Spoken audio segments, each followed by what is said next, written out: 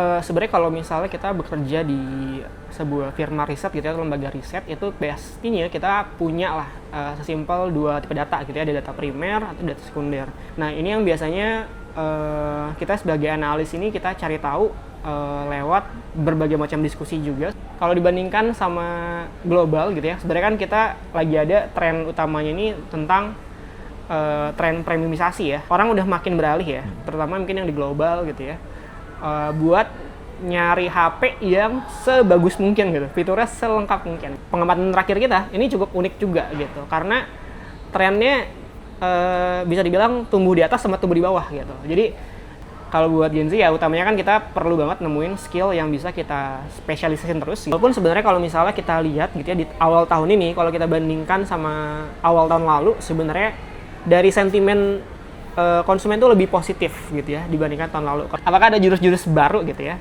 kayak misalnya peningkatan di after sales dan lain-lain gitu, untuk setidaknya meminimalisir impact dari ketidakadaannya varian-varian tadi. Gizmo Talk Podcast by Gizmology. Halo Gizmo Friends, kembali lagi di Gizmo Talk bersama saya Pradipta Nugrahanto, dan di sebelah saya mungkin teman-teman lebih sering lihat datanya ketimbang sosoknya nih. Iya, betul. Jadi ada Mas Ridwan Kusuma dari Counterpoint. Ini sebenarnya kalau lihat thumbnailnya udah tahu sih ada Mas Ridwan. Cuman mari kita kenalan dulu kali ya. Dan Boleh sebelum kenalan, banget, Mas. Terima kasih loh, ini pada saat kita rekaman lagi hujan deras ya. Iya, Seharian betul ya. Jakarta dan sekitarnya. Kabarnya Mas Ridwan nih habis dari daerah mana? Bekasi tadi ya? Iya, tadi dari Bekasi, dan ternyata ya perjalanannya luar biasa ya, macetnya ya, ternyata ya. Memang pada saat kita tapping nih cuaca lagi tidak bisa diprediksi ya, dari pagi hujan deras gitu Betul ya. sekali.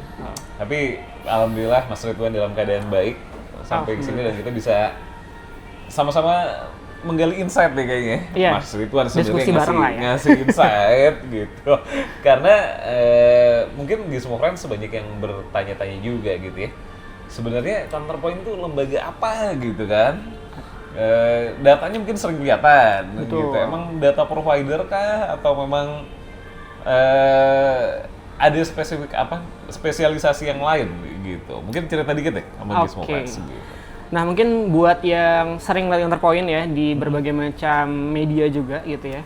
Sebenarnya kita itu apa? Jadi sebenarnya kalau Counterpoint ini sebenarnya kita company global gitu ya, yang mana emang kita service utamanya gitu ya ke company lain itu dua hal sih. Jadi kita provide data dan juga insight-nya gitu. Jadi simply kita selalu punya data yang ada ceritanya gitu. Makanya itu yang juga jadi pembeda sebenarnya sama kita dan kompetitor-kompetitor lainnya lah ya, gitu. Kurang lebih kayak gitu. Ini menarik sih ketika ngomongin data yang ada ceritanya, Betul. alias ya data itu nggak langsung muncul jadi angka atau apa grafis-grafis chart atau pie gitu ya. Betul. Ridwan ya. Itu pasti ada backstory-nya gitu kan. Iya. Nah, ini kalau ngomongin itu gitu ya, kan tidak semua orang ya suka dengan angka dan apalagi mengolahnya gitu. Betul. Kalau saya sih jujur matematika tuh dulu zaman sekolah apalagi ya, itu tuh paling enggak banget sih. Sampai sekarang juga ngitungnya paling ngasih jelek-jelek aja gitu.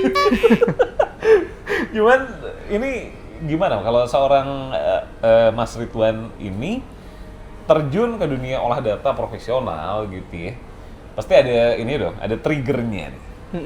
Ini apa itu yang jadi pemantik? Iya. Mungkin dulu ini ya, mungkin kalau secara spesifik mengimpikan menjadi seorang analis gitu enggak juga sebenarnya. Tapi ada satu hal mungkin yang ternyata skill yang aku tuh bukan nggak sengaja juga sih. Skill yang ternyata aku suka gitu, dan ternyata itu bisa ngebawa aku ke tempat yang sekarang gitu. Nah, salah satunya ya itu ya aku seneng pertama mencari pola sih sebenarnya gitu. Jadi biasanya kalau ada data aku seneng tuh kayak pelajarin kenapa sih ini kayak gini datanya misalnya, simpel kayak gitu. Karena aku juga datang dari pendidikannya science sebenarnya, bukan dari bisnis gitu. Jadi kita sering banget juga mengelola data terus nyari tahu sebab penyebabnya apa gitu. Dan ternyata dari sana seperjalanan karir gitu ya, ternyata cocoknya dapatnya yang ke arah sana juga, dan akhirnya sampai sekarang di industri baru juga sebenarnya. Kayak sebelumnya aku mostly kebanyakan yang di startup dan juga FMCG, sekarang masuk ke industri teknologi yang ternyata dinamika lebih seru gitu ya, karena global, terus ya menyenangkan lah pokoknya sebenarnya, overall enjoy gitu. Oke, tapi yang juga menarik nih, satu fakta yang mungkin saya keliru tapi Ridwan pasti bisa benerin gitu ya. Ridwan itu datang Apa? dari generasi terkini Gizmo Friends. Benar? Betul, Iya. iya.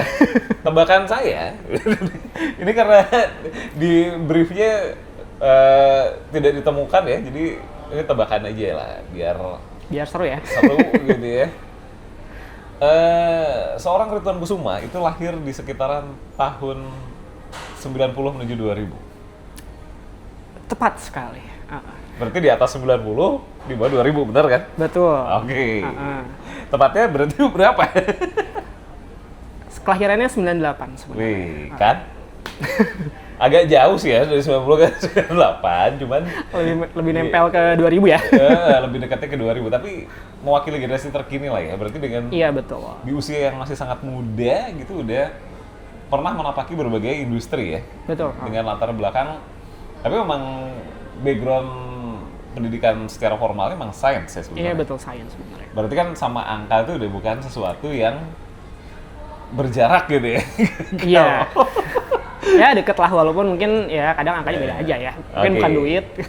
Kalau sekarang kan kebanyakan lebih ke duit nih angkanya nih ya. Identifik ini ya. Kalau ngomongin identiknya angka apa nih? Angkanya apa nih? Angka kalau angka tuh berarti kan Mr. Number aja kalau suka nonton Green Boys kan ngomongnya ada angkanya gini, angka itu duit gitu, bukan Iya, betul. bukan angka-angka yang sifatnya apa ya?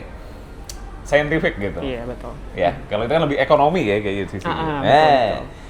Tapi nih yang jadi pertanyaan berikutnya dan mungkin Gizmo Friends juga penasaran gitu ya.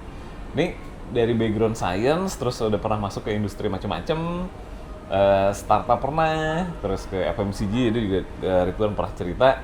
Apa yang bikin jadinya tertarik sama industri teknologi yang katanya wah lagi seru-serunya gitu? Iya. Nah, justru sebenarnya kalau ketertarikan di teknologi ini udah datang dari lebih lama gitu, malah dari mungkin sekitar SMP ya. Jadi dulu SMP sebenarnya aku udah eksplorasi tuh buat ngotak-ngatik OS dulu. Oke. Dulu mungkin terkenal banget tuh ada namanya website XDA developer ya. Itu jadi kita kayak bisa nge-customize OS kita. Nah, itu aku sering banget tuh dulu ngotak-ngatik hal tersebut gitu. Jadi emang sebenarnya udah cukup apa ya? Memperhatikan lah perkembangan kayak smartphone tuh gimana teknologinya, baik secara OS-nya ataupun juga ya smartphone terbaru lah gitu. Dan kebetulan ternyata dapat kesempatan yang menarik, align juga sama minat sehari-hari ya. Kenapa nggak kita double down aja lah gitu, kayak ya udah kita fokusin aja di sini gitu sih. Jadi akhirnya ibaratkan inilah ya, minat ketemu kesempatan gitu. Ini menarik sih. Jadi dulu kalau bingung ini Ridwan lagi ngomongin apa sih? Dulu tuh di sekitaran tahun 2010-an kali ya itu ya. Iya, kayaknya itu ya. Antara itu tuh ada yang namanya tren routing smartphone. Betul, ya, iya, ngerut, smartphone. gitu. Dulu masih ada Symbian ya, Iya, selain benar. Android ya. Jadi dulu itu mungkin kita kasih ini ya, kasih gambaran. Ada masanya di mana smartphone Android khususnya gitu ya, datang dengan kondisi yang operable gitu. Kayak Betul dan- ya, sangat-sangat terbuka lah. Iya, sangat terbuka dan kayaknya kalau nggak ngoprek tuh nggak ini aja, nggak Ya seru ya. kurang aja gitu.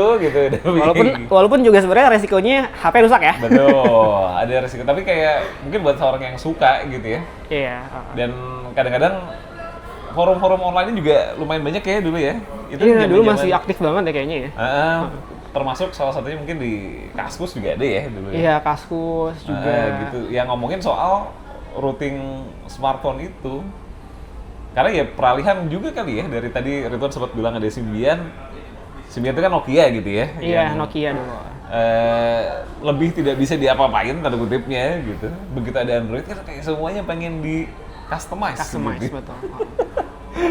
Nah, itu ketertarikan teknologi dari situ. Tapi ketika masuk ke entitas yang ngomongin riset, ngomongin data gitu, meskipun urusannya sama teknologi nih. Mm-mm.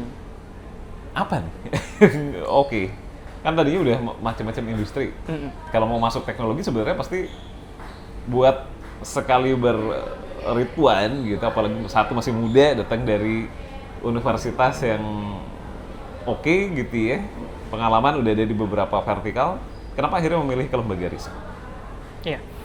Jadi sebenarnya aku udah merasakan ya gimana misalnya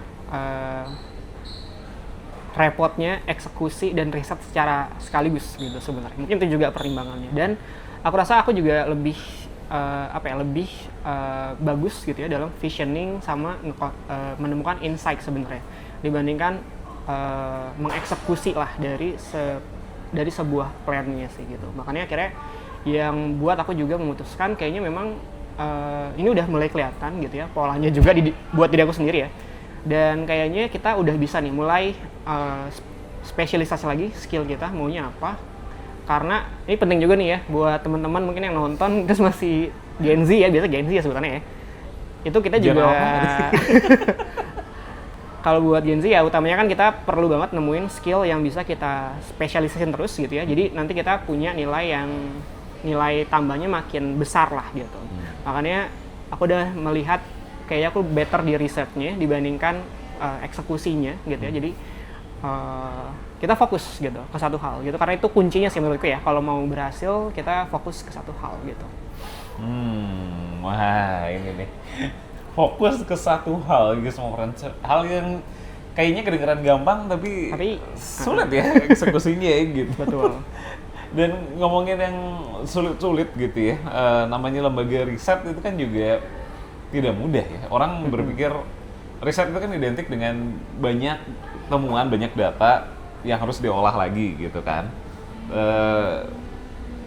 Terus ada pertanggungjawaban ini juga, hasilnya tuh ya kalau tidak akurat maka akan jadi tanda tanya besar gitu kan. Ini gimana gitu. Respons publiknya kok ternyata jadi begini gitu kan. Bagaimana cara supaya Counterpoint adalah pegangan kalau orang mau cari data hasil riset seputaran teknologi dan selingkar wilayahnya gitu. Yang dulu waktu pertama kali aku join juga sih aku ini juga ya belajar apa sih perspektif orang luar gitu ya terhadap Counterpoint sendiri gitu. Dan sebenarnya kalau yang teman-teman yang mungkin sering perhatiin ya atau media sering perhatiin juga sebenarnya Counterpoint ini salah satu bisa dibilang lembaga riset gitu ya biasanya sebutannya yang cukup konservatif gitu. Jadi bisa dibilang kalau misalnya kita di-compare sama kompetitor lain kita tuh pasti biasanya ada di tengah-tengah gitu. Nah ini suatu hal yang sebenarnya udah jadi identitas kita gitu. Nah ini yang makanya juga aku pelajarin dan coba aku terapin juga gitu gimana caranya ketika ngelihat market di Indonesia ini sih gitu. Apalagi kalau misalnya kita ngomongin riset smartphone dan di Indonesia juga gitu ya, memang kan tantangannya juga cukup banyak ya. Kayak misalnya kita bisa dibilang punya salah satu kebijakan yang sangat protektif ya dibandingkan negara-negara lain gitu ya. Kayak dengan adanya TKDN itu juga bikin metode risetnya juga cukup berbeda. Margin of error-nya juga bisa lebih besar juga sebenarnya gitu. Makanya penting banget kita buat selain punya data primer gitu ya, kita juga tetap ngelakuin secondary riset lah atau riset sekunder ya. Baik dari pengamatan misalnya atau kunjungan-kunjungan ke berbagai macam tempat juga gitu ya, buat ya sesimpel kita ngumpulin feedback ya, ataupun juga bahkan diskusi juga gitu sama pemainnya langsung gitu. Kadang itu juga sih yang dilakuin sih ya untuk menjaga kredibilitasnya supaya ya kita bisa tetap menunjukkan kualitas yang biasanya kita tunjukkan gitu. Oke, ini mungkin guys semua orang sedikit bingung gitu atau malah bingung banget apa sih data primer, data sekunder gitu kan. Oh iya. Nah, mungkin Redmond bisa jelasin sekaligus menceritakan aktivitasnya kalau di Counterpoint itu gimana sih proses kerjanya ketika mencari data, mengolahnya terus menyajikannya gitu. Oke. Nah, jadi sebenarnya kalau misalnya kita bekerja di sebuah firma riset gitu ya, atau lembaga riset, itu pastinya kita punya lah sesimpel dua tipe data gitu ya, ada data primer atau data sekunder. Data primer ini biasanya emang data yang itu diberikan gitu ya sama misalnya entah lembaga lain atau misalnya emang diberikan secara terbuka gitu, baik oleh pemerintah atau misalnya organisasi-organisasi di sekitar yang bersangkutan gitu sama datanya. Contohnya gitu ya, kalau misalnya kita ngomongin spesifik secara smartphone gitu ya, biasanya itu tetap bakal ada data yang dihasilkan gitu, dan biasanya ini datanya kayak apa? Datanya ya bisa impor ekspor atau data-data lain lah gitu, yang kurang lebih bisa jadi patokan gitu. Karena di Indonesia sendiri walaupun kita udah nerapin TKDN gitu ya, kita masih ada spare part lah ya gampangnya. Spare part smartphone itu datang masih diimpor gitu, karena kita emang belum bisa produksi sendiri di sini gitu. Walaupun perakitannya majority semua brand udah di sini lokal gitu ya, tapi banyak spare part yang masih diimport gitu. Terutama kayak misalnya kita bisa sebut chipnya itu juga biasanya masih import, nggak produksi di sini karena emang kita juga nggak punya ya, kita nggak punya manufaktur chipnya. Kalau isunya sih katanya mau ya. Oh berarti bukan mau nggak punya ada, dong? Belum punya ya. gitu. Oh, oke. Katanya sih mau ya bangun ya. Kemarin tadi baru dengar beritanya tuh kayaknya. Terus mungkin yang kedua ya kita juga ngelengkapin tadi ya. Tadi kan udah ibaratkan tadi udah ngisi datanya gitu. Sekarang kita isi ceritanya dari mana. Nah ini yang biasanya kita sebagai analis ini kita cari tahu lewat berbagai macam diskusi juga. Sebenarnya biasa kita juga ada diskusi lah sama OEM-nya, sama pabriknya, kadang juga atau sama pemain-pemain lainnya lah, atau misalnya kayak retailer juga gitu ya. Yang mana mereka tahu lah kondisi pasarnya gimana gitu. Selain itu ya kita juga bisa ngelakuin pengamatan secara langsung gitu. Misalnya kita survei fisik gitu ya ke toko-toko atau misalnya ke konsumen langsung juga buat ngelihat perubahan-perubahan apa yang terjadi sih sebenarnya secara bulanan. Dan itu yang diulang-ulang aja sih sebenarnya. Sama ya kita juga pantau ya media-media kayak Gizmologi juga biasa kita pantau nih ada berita apa nih kalau dari Gizmologi hari ini misalnya kayak gitu. Itu juga salah satu yang ngebantu kita lah buat ngelengkapin kepingan puzzle ya yang biasanya perlu kita susun nih biar ceritanya lengkap dan datanya juga punya makna gitu sih. Wah, ini makin menarik ya Gizmo Friends karena ternyata dibalik sebuah informasi kita biasanya kan selalu bertanya datanya dari mana. Wah ini kalau sudah dijelaskan itu seperti tadi ya, elemennya tuh tidak sedikit Gizmo Friends. Perjalanan dari hulu ke hilirnya tuh panjang banget sampai jadi data-data yang Gizmo Friends bisa konsumsi di berbagai media salah satunya gitu kan, ngambil data dari Counterpoint, terus itu udah data olahan yang tadi seperti Ridwan bilang gitu, ternyata di belakangnya sangat ini ya kompleks ya. Ya cukup panjang. Nah, tadi Ridwan juga udah cerita gitu. Indonesia itu beda sama negara-negara lain karena salah satunya ada TKDN gitu ya. Kalau ngomongin yang sekarang-sekarang gitu, TKDN kan mungkin datanya juga udah beberapa waktu lalu gitu. Iya ya. betul. Ada sesuatu nggak sih yang membuat Indonesia ini makin unik gitu? Alias bikin proses pengumpulan dan pengolahan data itu jadi makin sulit gitu. Atau makin menantang lah. Kalau sulit kayaknya kalau kita bisa-bisa aja sih. Oke. Nah mungkin kalau dari segi data sih sebenarnya kurang lebih ya tadi ya tantangannya ya tadi sih ya. Karena kita ngomongin TKDN ini sesimpel gini lah. Jadi kalau misalnya di negara-negara lain gitu ya, kebetulan aku juga ya ngebantu juga tim yang Asia Tenggara juga gitu. Di negara-negara lain gitu ya kayak misal Malaysia, Thailand, Filipina gitu misalnya, itu kita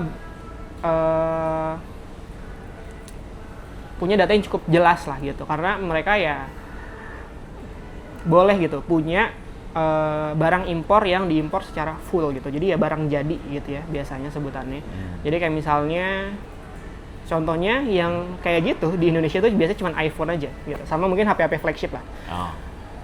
Nah, sedangkan di sana tuh boleh tuh impor secara keseluruhan gitu ya. Jadi dari segi jumlah, dari segi apa biasanya buat negara-negara Asia Tenggara tadi ya lebih gampang lah karena angkanya lebih pasti gitu. Sedangkan mungkin kalau di Indonesia kita juga perlu mempertimbangkan juga faktor-faktor lain ya. Kayak misalnya mungkin ada inventory-nya juga gimana kira-kira. Itu yang mungkin baru kita bisa verifikasi kalau kita udah komunikasi ke retail mungkin ke retailernya atau juga mungkin cek gitu ya, simply cari sekedar datanya lagi tadi ya, atau juga mungkin kadang medianya atau OEM-nya kan juga share ya berapa sih yang mereka kirim gitu. Biasanya tuh HP-HP baru gitu yang unik, kayak misalnya kemarin ada Realme yang ini ya, yang apa? Yang kolaborasi sama Game of Thrones gitu ya. Itu kan mereka juga spesifik tuh. Cuman ada 200 unit misalnya. Nah, itu yang juga biasanya ngebantu gitu. Tapi di Indonesia memang agak sulit kalau dibandingkan negara lain. Tapi yang ngebuat negara Indonesia ini lebih unik lagi, ya memang Indonesia ini negaranya apa ya? Kalau dibandingkan sama global gitu ya, sebenarnya kan kita lagi ada tren utamanya ini tentang tren premiumisasi ya. Jadi sekarang itu kalau customer secara global itu udah mulai shifting lah gitu. Maksudnya udah mulai pindah dari smartphone yang dulu itu konsepnya kan ya kegunaannya buat telepon gitu ya, smartphone. Namanya sorry apa tadi? Tren apa? Premiumization. Ya, Oh, premiumisasi ya, oke. biasa kalau bahasa Indonesianya ya. Iya, iya. Ini kan orang udah makin beralih ya, terutama mungkin yang di global gitu ya, buat nyari HP yang sebagus mungkin gitu, fiturnya selengkap mungkin gitu. Makanya nggak heran kalau sekarang kalau ngeliat global pasti HP-HP yang paling top ini ya, kalau nggak iPhone ya Samsung S series ya. Itulah yang makanya terjadi di global gitu. Sedangkan di Indonesia ini kayaknya kalau di pengamatan terakhir kita ini cukup unik juga gitu, karena trennya bisa dibilang tumbuh di atas sama tumbuh di bawah gitu. Jadi di premium juga kita bisa lihat sebenarnya tumbuh juga, walaupun ya mungkin nggak sesignifikan itu. Tapi kita bisa lihat di entry levelnya juga ya masih kuat, masih strong juga gitu. Jadi emang ini bisa menandakan dua hal juga ya. Pertama mungkin dari kesenjangan sosialnya makin tinggi juga gitu ya. Jadi makin banyak orang yang butuh HP ya beli yang murah-murah, beli yang entry level gitu ya, fokus buat fungsionalnya aja. Tapi juga di kalangan mungkin yang ekonomi menengah ke atas itu juga udah mulai shifting juga gitu. Mereka nggak cuman pengen mid range aja gitu smartphone-nya, tapi udah pengen yang sekalian nih flagship gitu rasanya gitu. Ini yang mungkin semakin dirasakan ya, apalagi kalau misalnya kita ngelihat dari segi demografi juga gitu. Kita makin banyak anak muda nih ke depannya, dan yang unik juga ini sebenarnya di Asia Tenggara juga sih ya. Di Asia Tenggara gitu ya, itu smartphone ini bukan cuman jadi tools harian aja, tapi udah juga jadi barang yang sosial lah gitu. Jadi maksudnya kalau kita punya barang ini, kita sosial kelasnya naik nih gitu. Nah itu juga jadi hal-hal yang unik lah di Indonesia itu sendiri. Wah, ini parameternya atau matriksnya itu jadi makin banyak ya. Betul, banyak banget sebenarnya. Rituan gitu. Dan tadi ngomongin soal susah ya istilahnya gitu Mas. Premiumisasi atau premiumization. Premiumization ya kalau Ya, dalam bahasa lebih. Inggris gitu. Ya mungkin tanpa kita sadari itu ya, trennya Iya. tuh terjadi secara organik nggak sih itu ya? Kayaknya Iya ya, organik ya sebenarnya ya. dari tahun ke tahun nih, dari tadi mungkin eranya Ridwan masih ngulik smartphone yang di root sampai sekarang sepertinya sih sudah tidak seperti itu ya, tidak kayaknya smartphone sekarang lebih banyak hal yang bisa dieksplor ketimbang routing device gitu Betul, kan. betul. Nah, terus Indonesia sendiri gitu selain tren premiumization susah ya lagi-lagi premiumization gitu. Tapi gimana kalau di tahun ini 2026 gitu ya, meskipun masih baru banget pada saat kita rekaman ini gimana? Kalau Ridwan ngeliatnya dari kacamata counterpoint gitu ya, masih seseksi itu kah pasar Indonesia gitu, atau ya indis ekonomi nih aja? Kalau tadi kan premiumization, iya kan? Kecenderungannya orang pengen punya device bagus gitu, tapi indis ekonomi dengan banyaknya PHK, terus ya kondisi sedang tidak baik-baik saja gitu, gimana Ridwan? Oke. Sebenarnya kalau di tahun 2026 sama 2025 gitu ya, mungkin kalau kita bandingin gitu ya, pertama dari ini dulu mungkin ya, perspektif globalnya tentang Indonesia sendiri ya. Jadi kalau di 2025 kemarin sebenarnya kita tuh kedatangan banyak brand baru ya yang masuk ya. Jadi kayak ada Huawei masuk pertama kali buat smartphone-nya, walaupun ya sebelumnya udah ada ya portofolio produk yang lain gitu. Terus ada juga Honor yang masuk, Terus juga mungkin brand-brand lain yang masuk juga kayak ada Meizu, terus juga Motorola, sama ada brand Eropa Inouye kalau mungkin sempat dengar juga. Beberapa comeback berarti ya, kayak Motorola datang lagi comeback, gitu. Ini juga sebenarnya di tahun lalu kan menunjukkan sebenarnya banyak yang nggak pengen ketinggalan market di Indonesia gitu. Karena Indonesia bagaimanapun juga, walaupun kondisinya tadi ya, tantangannya yang udah disebutin masih juga, itu kita tetap bisa dibilang salah satu penyumbang smartphone terbesar lah dari segi shipment juga gitu. Apalagi di Asia Tenggara lah, kita mah bisa udah pasti nomor 1 gitu ya. Dan kita bisa alokasi ya biasanya mungkin sekitar 40-60% total market lah di Asia Tenggara itu sendiri. Makanya sebenarnya masih banyak brand-brand yang coba masuk gitu. Tapi memang yang jadi tantangan besarnya buat jadi brand itu, kalau misalnya masuk ke Indonesia, ya harus benar-benar totalitas ya sebenarnya kalau yang aku perhatiin sekarang ya gitu. Karena kalau misalnya dilihat sekarang gitu ya perkembangannya, dari 5 brand yang tadi masuk, satu lagi sebenarnya ada Advan ya, brand lokal yang akhirnya meluncurkan smartphone terbarunya lagi nih.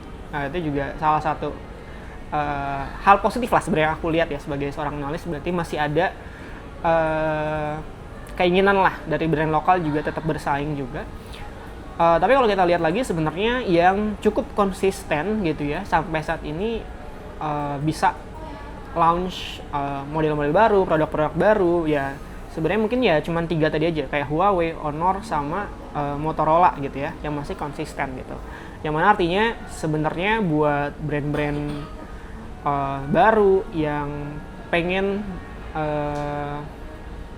memperluas pasar lah di Indonesia ini juga sebenarnya tantangannya cukup besar gitu ya. Kayak Meizu kan juga sebenarnya bisa dibilang nggak brand kecil juga ya, di luar tuh mereka cukup kompetitif gitu bahkan. Meskipun di sini walaupun di sini ya baru ya, sangat baru ya. Walaupun sebenarnya dia pernah ada ya dulu mungkin di 2018an kalau nggak salah, aku juga agak lupa.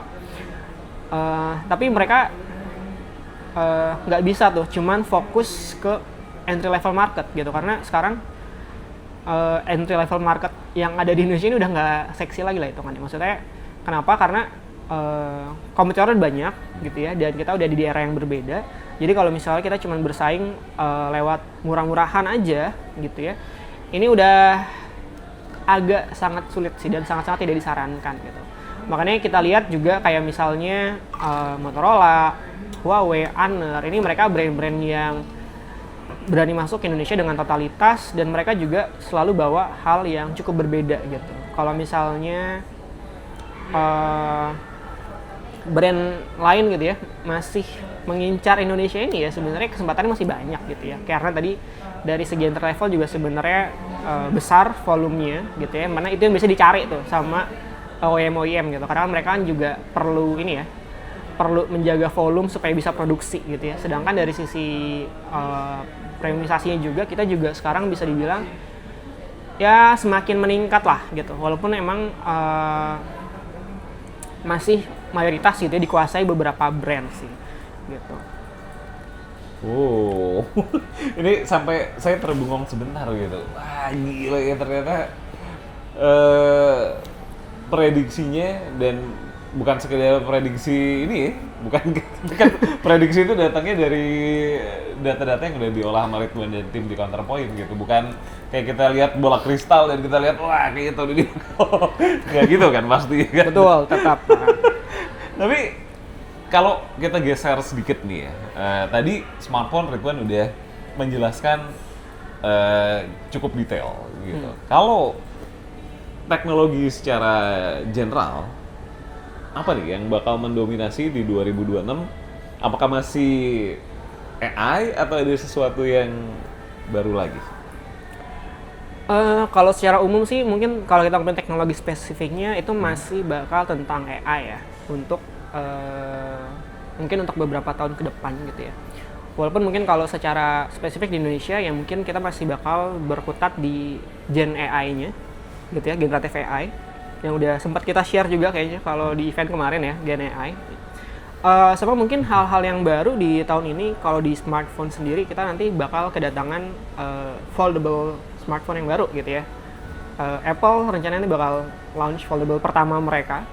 Ini juga nanti aku rasa bakal banyak hal yang menarik sih yang bisa dibahas juga.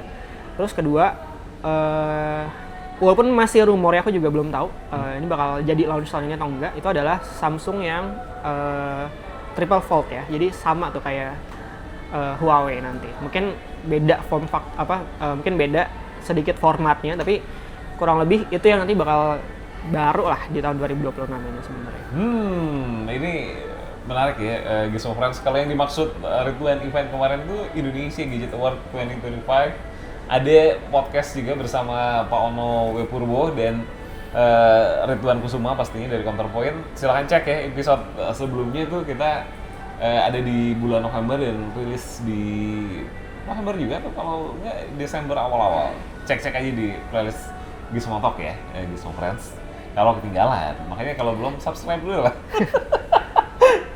Tapi tadi menarik gitu kalau ngomongin soal inovasi smartphone lipat dari ya pastinya pemain-pemainnya sebenarnya nggak terlalu mengagetkan gitu ya, datang dari Apple, datang dari Samsung gitu, dengan ya mereka memang rajanya gitu kan di industri ini. Cuman satu fakta yang kita sama-sama sedang deg-degan nih, kita nih Januari ya lagi-lagi gitu, dihadapkan sama isu yang sebenarnya udah datang dari akhir-akhir tahun kemarin, yaitu kelangkaan RAM dan storage.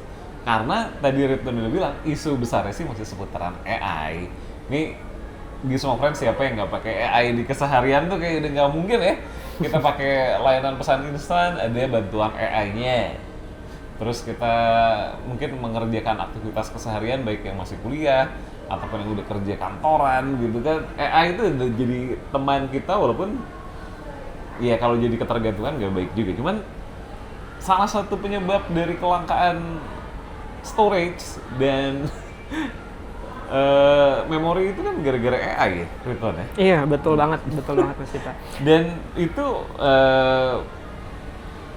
pusat data yang membutuhkan biaya sangat besar gitu, membuat terjadi kelangkaan dua barang tadi gitu kan. Nah, kalau Ridwan sendiri ngelihatnya gimana? Apakah memang ini bakal menimbulkan adanya keterlambatan perkembangan pasar smartphone khususnya Indonesia, atau ada perspektif lain?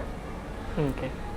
Nah, ini juga sebenarnya salah satu faktor yang merubah ini juga ya, outlook Counterpoint gitu ya, untuk smartphone global dan juga lokal juga, bahkan Indonesia juga sebenarnya. Jadi memang kan kelangkaan ini udah sempat dibicarakan ya dari kuartal 4 2025 kemarin gitu ya. Dan sebenarnya dari pengamatan aku di Indonesia pun kita juga udah lihat tuh beberapa brand-brand atau beberapa model smartphone yang akhirnya terkena dampak gitu. Dan sebenarnya kalau kita lihat hal ini tuh nanti dampaknya juga sebenarnya cukup banyak ya. Terutama nanti dari gimana, pertama dari segi ini dulu, mungkin dari segi OEM-nya atau brand-nya itu sendiri. Mereka juga pasti bakal lebih selektif nanti untuk launch, karena gimana pun juga mereka pasti bakal mempertimbangkan gimana caranya biar mereka nih tidak merugi misalnya, atau bisa ngejaga ini ya level inventory mereka juga. Dan di sisi lain juga kalau dari sisi konsumen itu juga mungkin nanti harus terbiasa dengan yang namanya entah kenaikan harga ataupun juga penurunan kapasitasnya dari segi RAM ataupun juga memorinya gitu. Kayak misalnya beberapa temuan gitu ya yang kita lihat, ini tuh udah terjadi juga sebenarnya di beberapa model gitu ya. Kalau di kuartal keempat ini yang sempat kita lihat ini brand-brand kayak Realme, terus juga Poco secara spesifik ini smartphone terdahulunya itu udah mengalami salah satu tuh antara kenaikan harga, walaupun mungkin nggak signifikan ya, atau penurunan spesifikasi gitu, entah dari segi RAM-nya ataupun juga dari memorinya gitu. Menyedihkan ya sebenarnya, itu kan dilema ya gitu ya. Betul. Kalau mau dapat spesifikasi yang setidaknya sama aja, ada kemungkinan harganya udah naik gitu kan. Sementara kalau enggak, kita akan menemukan smartphone itu bukan dengan hadirin kapasitas penyimpanan yang lebih lega itu tidak seperti malah harus membiasakan dengan silakan pakai smartphone dengan RAM sekian dan storage sekian gitu. Iya. Bahkan juga nggak sih di ekosistem selain pengguna ya, betul. buat para developer itu juga sebuah tantangan kayaknya. Iya, betul. Terutama dari pengembangan aplikasi kan juga biasanya ada ini ya, beberapa minimum requirement yang diperlukan juga. Bahkan kalau misalnya kita lihat ini juga ada beberapa hal yang menarik juga gitu ya. Jadi smartphone yang udah launch mungkin di kuartal 3 atau kuartal 4 kemarin, itu ternyata di Januari harganya naik. Jadi udah HP lama, ternyata di Januari malah naik harganya. Ini juga kita temuin juga sebenarnya di beberapa smartphone gitu. Baik lagi, ini ya terjadi karena tadi penyesuaian memori inilah isu kelangkaan ini ya, chip ini ya gitu. Makanya dari segi global pun kita juga bikin outlook-nya juga akhirnya lebih rendah gitu dari sebelumnya. Walaupun sebenarnya kalau misalnya kita lihat gitu ya di awal tahun ini, kalau kita bandingkan sama awal tahun lalu, sebenarnya dari sentimen konsumen itu lebih positif gitu ya dibandingkan tahun lalu. Karena kalau di tahun lalu, spesifik aja nih di Indonesia, kita tahun lalu lagi ada isu ini ya, kenaikan PPN. Lagi ada isu kenaikan PPN. Betul, Januari ya. 2025. Iya, betul. Jadi, dan dulu kan masih ini ya, dan dulu insentif dari pemerintah kan juga baru listrik aja waktu itu ya, baru listrik aja gitu. Sedangkan kalau di sekarang ini, sebenarnya lebih positif, walaupun nggak sebaik itu juga ya, tapi lebih positif. Makanya, kita nggak terlalu khawatir di sisi konsumennya, tapi di sisi OEM-nya nih yang mengalami isu baru gitu. Makanya ya kita masih wait and see juga sih sebenarnya, ngelihat nanti gimana brand atau OEM ini bertindak gitu ya. Tapi tadi yang udah kita lihat itu beberapa hal yang terjadi sih. Tapi kita harap sih ya di Indonesia sendiri, karena kita tahu mayoritas ini kebanyakan user kan juga di entry level gitu ya. Gimana caranya nanti brand bisa menengahi isu inilah gitu ya. Itu yang masih kita cari sih, apakah brand-brand tersebut akan coba mengeluarkan jurus-jurus baru gitu untuk mengatasi permasalahannya gitu.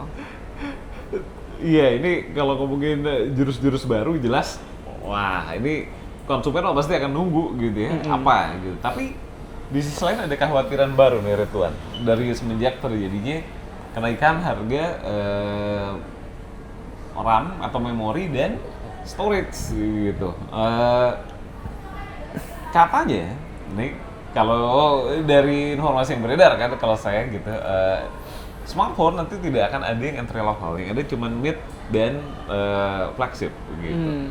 Dari kacamata Ridwan yang sudah mengamati ini secara lebih holistik gitu ya, dan periodenya mungkin lebih lama juga, gimana? Apakah kemungkinan itu memang beneran ada, atau sebenarnya itu cuman segelintir kemungkinan dari sekian banyak kemungkinan-kemungkinan yang lain gitu? Oke.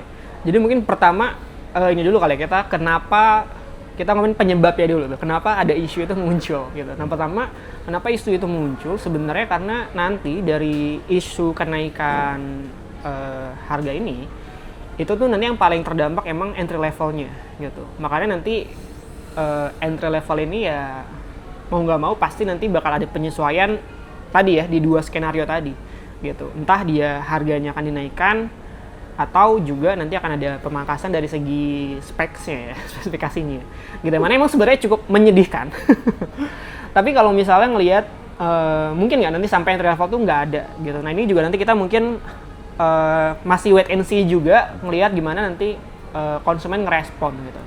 Tapi buat sampai bener-bener nggak ada, aku sih nggak sampai se-ekstrim itu ya. Kalau kita lihat sendiri, sebenarnya di Indonesia sendiri itu memang masih sangat kuat gitu ya, dari segi konsentrasi gitu ya, shipmentnya di entry level gitu, kayak hampir sekitar 40 sampai 45% gitu ya, dimana ya orang itu belinya di entry level sih. Jadi sangat sulit gitu buat brand menghilangkan entry level mereka, tapi mungkin yang skenario yang paling memungkinkan itu nanti mungkin kita bakal menemukan juga di mana smartphone yang dulu misalnya launch dengan banyak varian gitu ya, kayak misalnya kemarin kan Samsung ada 4 varian gitu ya, untuk yang entry level mereka yang di A16 gitu ya atau A06 gitu. Nanti yang mungkin kita bakal melihat ya lebih minim gitu variannya gitu, karena mereka nggak bisa kayak dulu lagi tuh gitu, yang mana memperbanyak varian karena itu juga bisa nanti menambah resiko mereka juga gitu untuk profitability-nya juga lah gitu. Cuma ini jadi menarik ketika Ridwan bilang soal kemungkinan smartphone entry level itu variannya berarti yang atau jumlah Iya variannya. Jadi kayak misalnya kan smartphone itu kan biasanya ada yang datang misalnya ada yang 4 GB, 8 GB, misalnya 12 GB gitu. Nanti mungkin kita cuma bisa dapat 2 varian atau mungkin 1 varian bahkan untuk beberapa model tertentu. Iya. Jadi penasaran banget nih guys sama friends, karena ketika banyak varian bisa dikeluarkan dari brand-brand smartphone, maka kalau mau dibilang efeknya apa dong kalau gitu? Ada efeknya ada perang smartphone kelas entry level gitu kan. Nah dengan adanya pembatasan kayak gini, apa kabar nih bakalan tetap ada gitu ya persaingan smartphone entry level atau sudah end of an era gitu? Tentu persaingan sih bakal ada ya, tetap ada ya, karena kayak mungkin kita bisa sebut kayak Xiaomi, Samsung, ini kan mereka, Oppo juga gitu ya, itu kan salah satu brand yang memang mereka kuat gitu ya, salah satunya penopangnya kan ada di entry level juga gitu. Walaupun kita lihat beberapa tahun kebelakang ini baik Samsung, baik Vivo, baik ya semua brand lah ya, hampir semua brand ini kan juga udah mulai shift lah ya, atau bergerak gitu, menambah portofolio mereka di mid range dan juga premium segmen gitu ya. Tapi tetap entry level ini kayak sesuatu yang nggak mungkin nggak ada sih harusnya. Tapi nanti yang akan jadi menarik mungkin ya, kalau tadi kita ngomongin dengan skenario yang sebelumnya tadi terjadi, berarti ya yang paling berpengaruh nanti ya lebih ke loyalitas pelanggannya lagi gitu. Karena itu yang bakal jadi bekal gitu buat si brand tersebut bisa bertahan nggak nih entry level di market gitu. Karena kalau misalnya kita lihat gitu ya, sebenarnya even dari entry level pun brand ini juga sekarang udah mulailah nambahin nilai tambah lain lah selain spesifikasinya tadi gitu. Kayak misalnya entah di after sales-nya atau di apanya. Nah, mungkin nanti setelah ini terjadi itu yang bisa kita perhatiin tuh. Gimana nanti jurusnya tadi kita bilang. Apakah ada jurus-jurus baru gitu ya? Kayak misalnya peningkatan di after sales dan lain-lain gitu untuk setidaknya meminimalisir impact dari ketidakadaannya varian-varian tadi, dan juga gimana caranya bisa menjaga konsumen ini loyal gitu. Karena mungkin ya kayak Samsung ini kan mereka punya pabriknya sendiri ya. Jadi mungkin mereka bakal impact-nya lebih sedikit lah. Tapi buat brand-brand lain kan masih tergantung juga sebenarnya sama manufacturer chip itu. Jadi ya mau nggak mau ya tadi, nanti yang bakal jadi paling berperan ya dalam peperangannya bukan harga lagi mungkin, tapi ya dari segi loyalitas konsumennya lagi gitu, ataupun juga ekosistem yang bisa dikasih gitu ya selain dari si produknya tersebut. Berarti kalau bisa dibilang nih the next war atau perang berikutnya adalah ekosistem versus loyalitas gitu ya. Betul. Bukan cuma sekadar perang harga mana yang paling murah gitu dong. Betul. Wah, semakin seru gitu orang. Ini kan hal lain gitu ya yang menyebabkan ada di kondisi seperti ini tuh perpindahan basis produksi juga gitu ya, yang tadinya di negara A terus bisa pindah ke negara B gitu. Kalau analisis kenapa ini bisa terjadi ya tentu saja untuk menghindari risiko politik global gitu kan. Nah kalau Ridwan tadi sempat bilang Indonesia ya masih banyak proses yang baru akan tuh gitu. Gimana nih kalau di kapasitas produksi global nih Indonesia ada di mana jadi posisinya? Oke.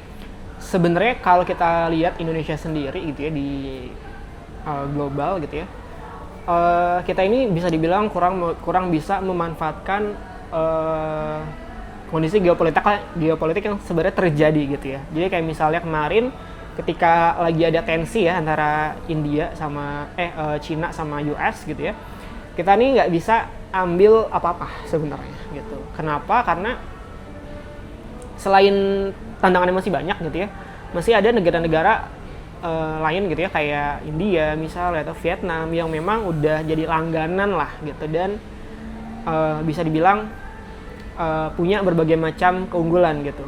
Kenapa mereka terus gitu ya dipakai gitu? Karena memang dari segi ekonomi juga mereka lebih bagus, dari segi logistik pun mereka lebih mudah dicapai, jadi memang cocok gitu buat manufaktur global gitu. Sedangkan sampai saat ini gitu ya, Indonesia ini masih belum bisa capture hal tersebut gitu ya, karena memang bisa dibilang masih ada opsi yang lebih baik aja gitu. Tapi kita nggak tahu nanti kondisi geopolitikal ke depannya gimana.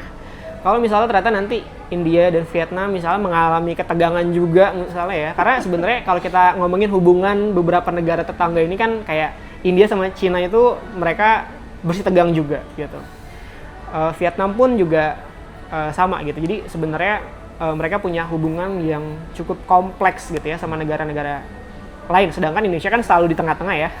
Kita kan politik bebas aktif yang kita tidak kemana-mana. Non-blok. Kita non-blok, jadi sebenarnya mungkin dari sisi situ kita masih ada kesempatan gitu buat bisa mencapai lebih banyak. Tapi memang masih perlu banyak sih yang diperbaikin, sama ya sambil menunggu memperbaiki itu ya kita juga mungkin nanti lihat juga nanti pergerakannya gimana, geopolitiknya berubah atau enggak. Gitu.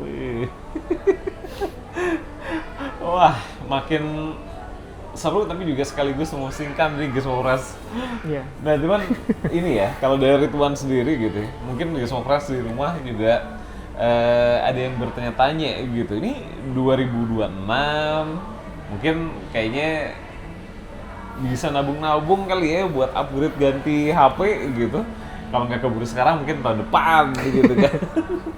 Tapi gimana kalau dari kacamata Ridwan sebagai analis, ini kalau tadi dibahas kan itu udah bilang harga beberapa udah ada yang naik loh. Nah ini gimana nih kalau sekarang wah udah nggak bisa nih, gue harus nabung tapi mau ganti handphone, atau sebisa mungkin dijaga handphonenya biar jangan sampai harus beli baru, gimana gitu? Oke. Jadi sebenarnya nanti kalau dari ini ya pengamatan kita dan skenario yang mungkin terjadi gitu ya, sebenarnya mayoritas aku rasa brand masih akan coba mengusahakan gimana pun caranya harga mereka bisa stabil gitu. Jadi opsi untuk menaikkan harga itu harusnya jadi prioritas yang sangat-sangat kepepet gitu, dan mungkin bakal terjadi tadi kebanyakan di entry levelnya tadi gitu. Jadi mungkin nanti user yang memang pengennya gitu ya, atau pengen upgrade-nya ke mid level gitu, atau juga mungkin ke flagship sekalian malah, itu mungkin bakal ngerasa dampaknya lebih sedikit gitu dibandingkan teman-teman yang ya upgrade mungkin karena emang HP sebelumnya entry levelnya udah terlalu tua gitu ya, terus mau ke entry level lagi, itu mungkin ya jadi banyak keraguan lah. Tapi balik lagi ketika kita lihat di entry level sama di mid dan juga premiumnya kan beda pertimbangan beli HP-nya ya. Karena mungkin kalau orang yang entry level ke entry level lagi mungkin ya kalau belum rusak ya belum ganti gitu ya. Tapi meanwhile kalau misalnya kita ngomongin yang di mid atau di flagship gitu, mereka mungkin sesimpel ada dana tambahan atau dana baru gitu ya, terus pengen smartphone-nya lebih maksimal lagi fungsinya, mereka bakal upgrade juga gitu kan ya. Makanya mungkin kita juga pertama yang perlu aku klaim juga, kita juga nggak tahu sampai kapan nanti ini mereda gitu, karena jujur yang terdampak banyak gitu. Bukan cuma industri smartphone aja, ini juga masuk juga ke EV, masuk juga ke PC, dan industri-industri lainnya juga mayoritas kan udah pakai ini juga ya, hal yang sama. Jadi ini emang lagi terjadi ya bisa dibilang ya perang inilah, perang duluan gitu, industri mana yang mau di-serve duluan gitu, dikasih barangnya duluan gitu, itu yang sebenarnya terjadi sih. Jadi kalau misalnya teman-teman mau beli smartphone ya tadi ya balik lagi ke pertimbangannya sih. Kalau misalnya emang butuh banget ya why not buat upgrade langsung aja gitu, karena kita nggak tahu nanti kedepannya harganya belum tentu lebih murah soalnya. Harga ke depan belum tentu lebih murah juga, bisa aja harga sekarang lebih pas gitu ya. Tapi kalau misalnya untuk middle yang flagship itu ya akan less impacted gitu ya sama kenaikan harga memori ini, jadi ya bisa inilah gas aja gas gitu. aja juga nggak apa-apa sebenarnya.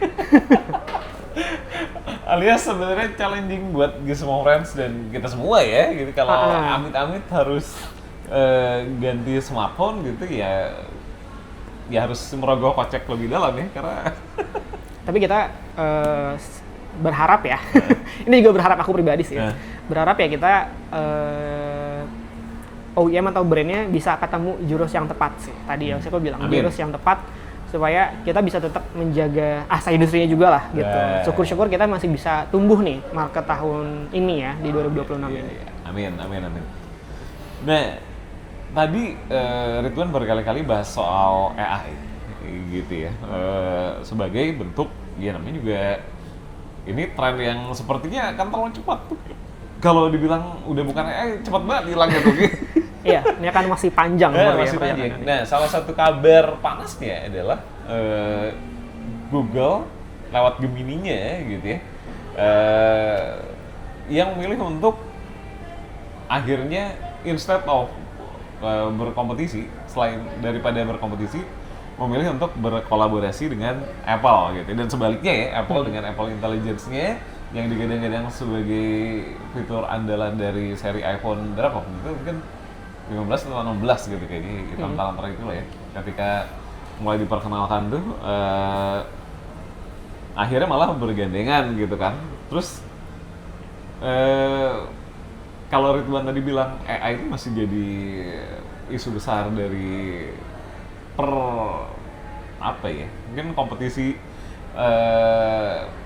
penyerapan teknologi paling banyak di tahun ini gitu. Nah, ini gimana nih kalau lihat ini pasar smartphone terus gimana? Kalau biasa kan yang brand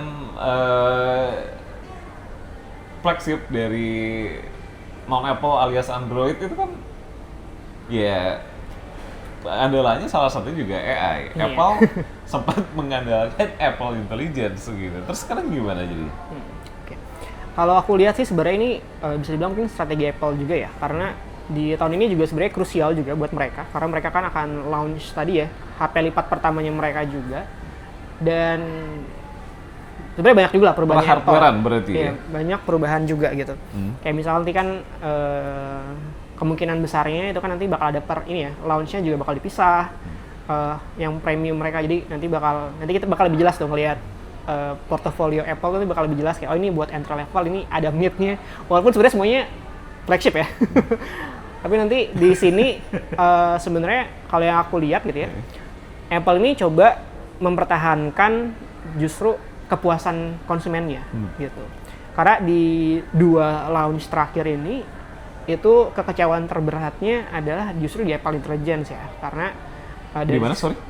Kekecewaan terbesarnya gitu ya dari 2 launch ini, dari launch di 16 terus launch 17 ini. Secara ini ya smartphone-nya kan. Smartphone-nya gitu. Itu adalah fitur Siri yang ternyata atau Apple Intelligence yang ternyata nggak sesuai gitu sama ekspektasi konsumen mereka gitu.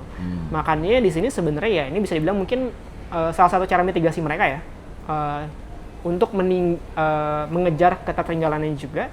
Dan kalau misalnya kita perhatiin juga sebenarnya di tahun 2025 kemarin kuartal 4 itu di beberapa riset kayaknya ada internal juga dan beberapa eksternal juga itu tuh udah ngeliatin bahwa Google ini sekarang udah bisa compete gitu sama ChatGPT, yang mana dulu kan ChatGPT bisa dibilang top tier ya untuk AI-nya, tapi ternyata sekarang udah mulai bisa kesalip gitu dari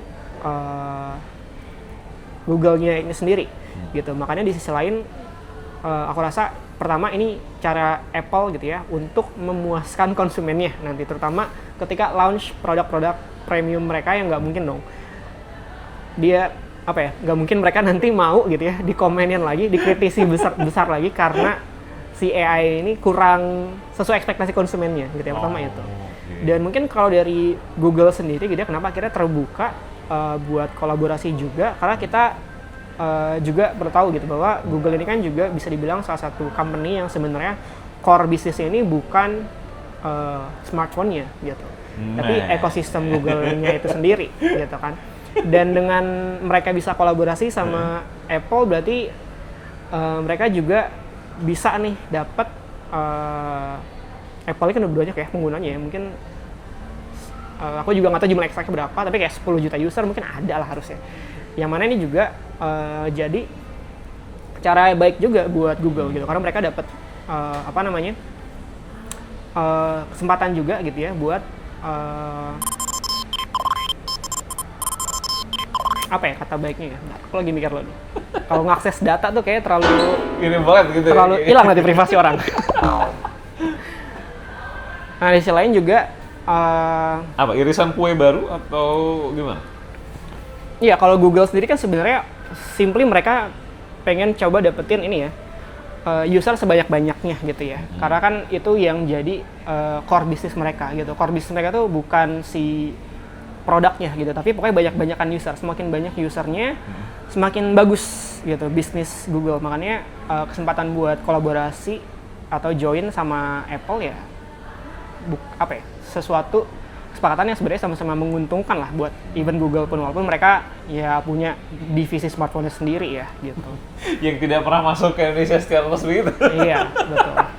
Ya, itu tadi itu terhalang dengan TKDN lagi.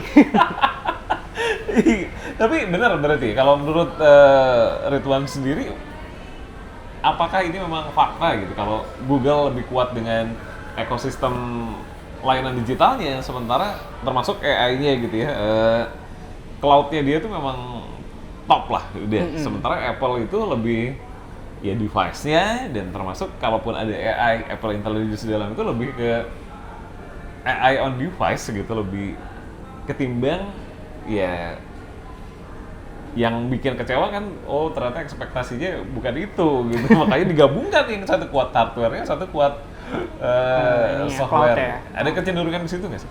Oke. Sebenarnya kalau dari sisi ini ya, sisi umumnya, sebenarnya kalau yang kita lihat itu sebenarnya nggak cuma Apple aja, tapi semua brand itu coba berkolaborasi hampir dengan semua company AI gitu. Kenapa? Karena mereka juga di sisi lain banyak juga sebenarnya yang lagi coba mengembangkan gitu ya in-house gitu, produk mereka sendiri, sama lah kayak Apple Intelligence juga. Banyak yang lain juga sedang mengembangkan intelligence mereka sendiri, tapi di sisi lain mereka juga coba tetap memitigasi resiko-resikonya gitu. Kalau misalnya kayak tadi ya, kayak Apple juga ya, gimana kalau AI-nya ternyata nggak sesuai ekspektasi konsumennya gitu. Makanya di sini Google tetap jadi favorit sih, bisa dibilang ya. Karena kalau aku sendiri sih percaya memang ya namanya company ini nggak bisa unggul di segala macam aspek sih ya. Pasti tetap ada hal-hal yang mereka tuh kurang misalnya di beberapa aspek lainnya. Dan kayak ngomongin Google sendiri ya, memang Google ini ya dari dulu memang udah dikenal kuatnya kan di software ya, balik lagi ya. Makanya sebenarnya tidak terlalu mengherankan sebenarnya kolaborasinya. Cuman mungkin yang agak dipertanyakan kalau aku pribadi lebih ke kenapa baru sekarang gitu. Gitu. Oke. Nah, kalau ngomongin kenapa baru sekarang gitu ya, ini juga dan implementasi AI di dalam perangkat smartphone gitu kan. Kalau dari kompetitor Apple alias flagshipnya Android gitu ya, dalam ya beberapa brand ternama gitu ya, yang menggaungkan ya kita akan memberikan gratis layanan Gemini Pro misalnya gitu untuk penjualan smartphone tertentu gitu kan. Ya pasti sudah ketebak ya sama gitu fans gitu apa gitu. Itu bahkan beberapa orang melihat itu sebagai salah satu benefit untuk membeli smartphone gitu. Nah, tapi kalau dari kacamata Ridwan sebagai orang yang ada di belakang riset dan data gitu lembaganya, ini tuh memang benar pertimbangannya gara-gara itu, atau sebenarnya itu masih fitur bonus sih? Oke.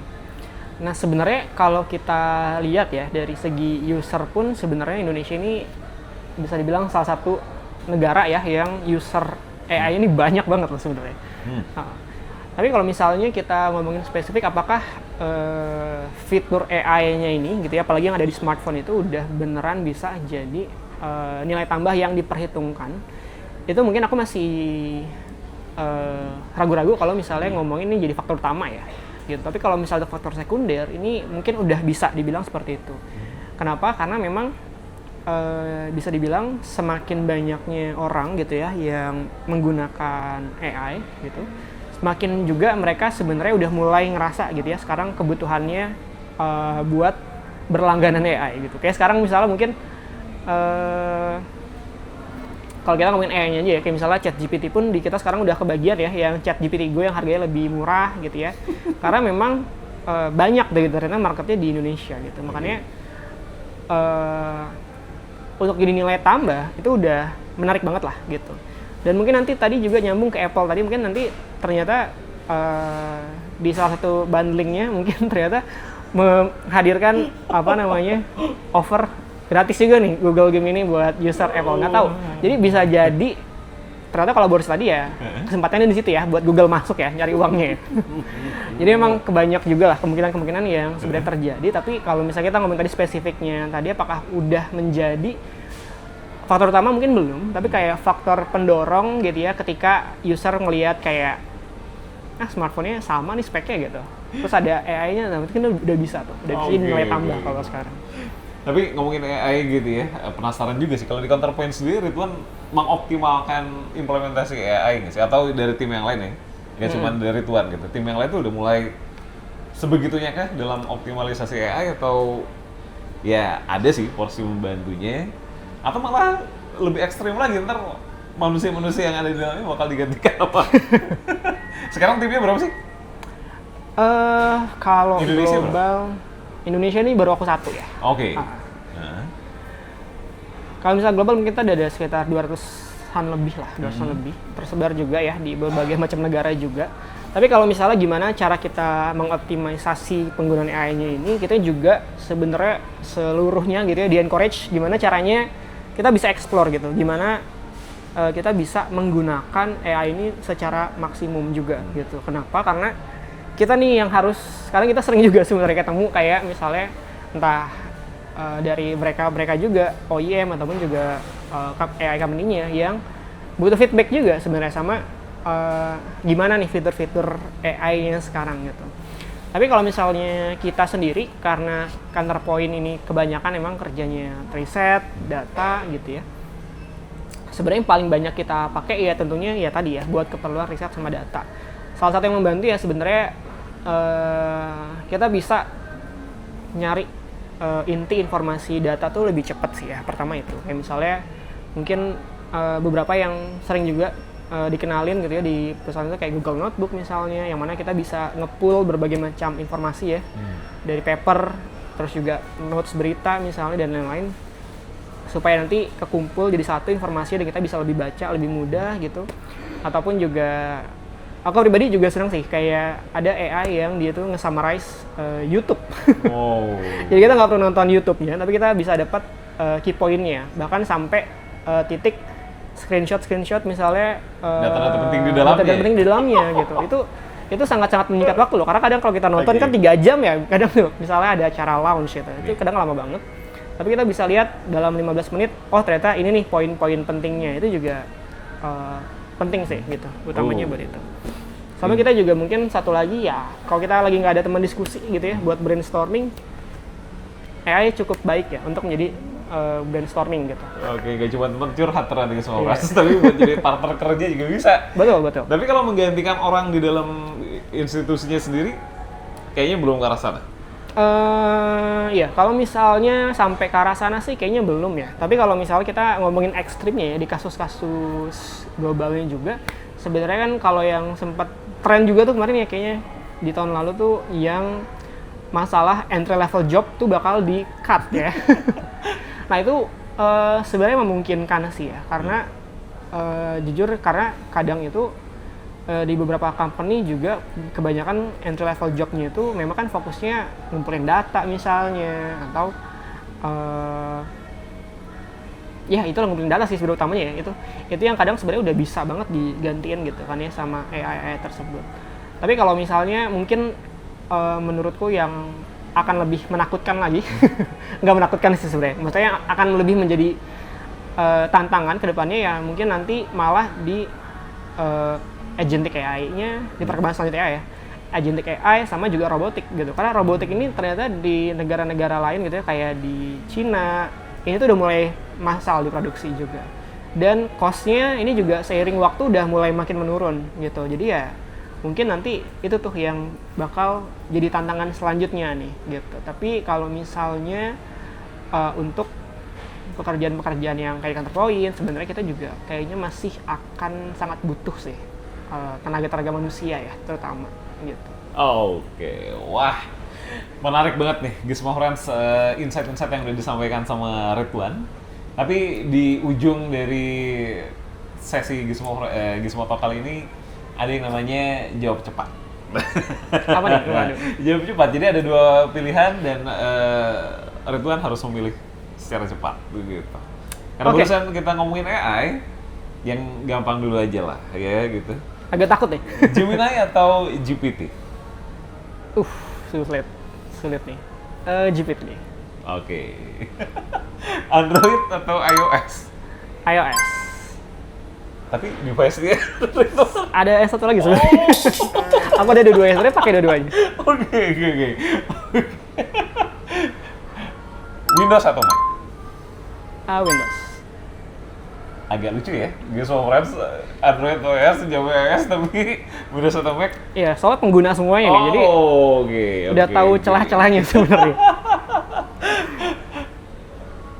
Mobil listrik atau mobil konvensional? Mobil listrik. Oke, luar biasa Ridwan Kusuma dari Counterpoint. Dan ini last but not least gitu ya, kalau teman-teman Gizmo Friends semua mau ngecek informasi terbaru dari Counterpoint, bisa kemana sih sebenarnya? Ya, kita paling banyak sebenarnya postnya di LinkedIn ya.